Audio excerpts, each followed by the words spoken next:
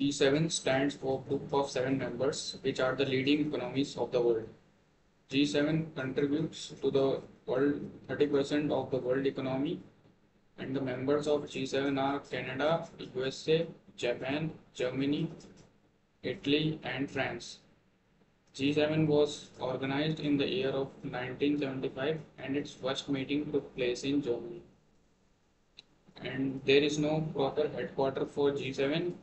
The rules for G7 is that the country which is going to host the G7 meeting will be considered as a headquarter for that year. Recently, G7 meeting was held in Italy, in which India was invited for the 11th time. And fifth time in the row, it was invited as a spectator member for the meeting. The aim of the G7 meeting at first was to was to slow down the impact of dollar, which was having more value, and the economy of the and the currency value of rest of the nation was declining.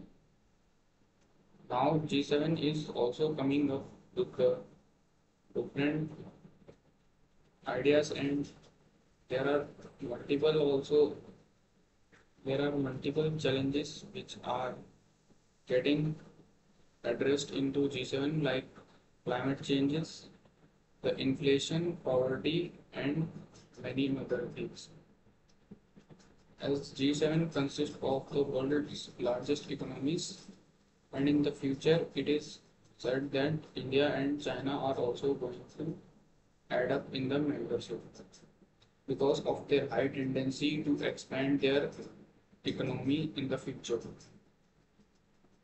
And G7 at first it was comprising of 50% of the world economy, but now as other countries are also growing up, so the economies turn out to be 30%. The challenges with G7 is that the number of members in G7 are very less, so it results in the poor decision makings, and also many times they fails to reach the conclusion. Recently, when G7 meeting took place in Japan, at that time Donald Trump raised the issue that they are not going to address anything related to the climate changes which are taking place in the world, because of which other countries were not happy with what he was saying. And in the future, India, Brazil, and China are going to join G7, and the name will be renamed as G7 or G8 or G9. So for future, India will be having a good base and as a in geopolitical relationship for the strengthening of our more and more to expand our geopolitical relationship with the other countries. It will be very important for us.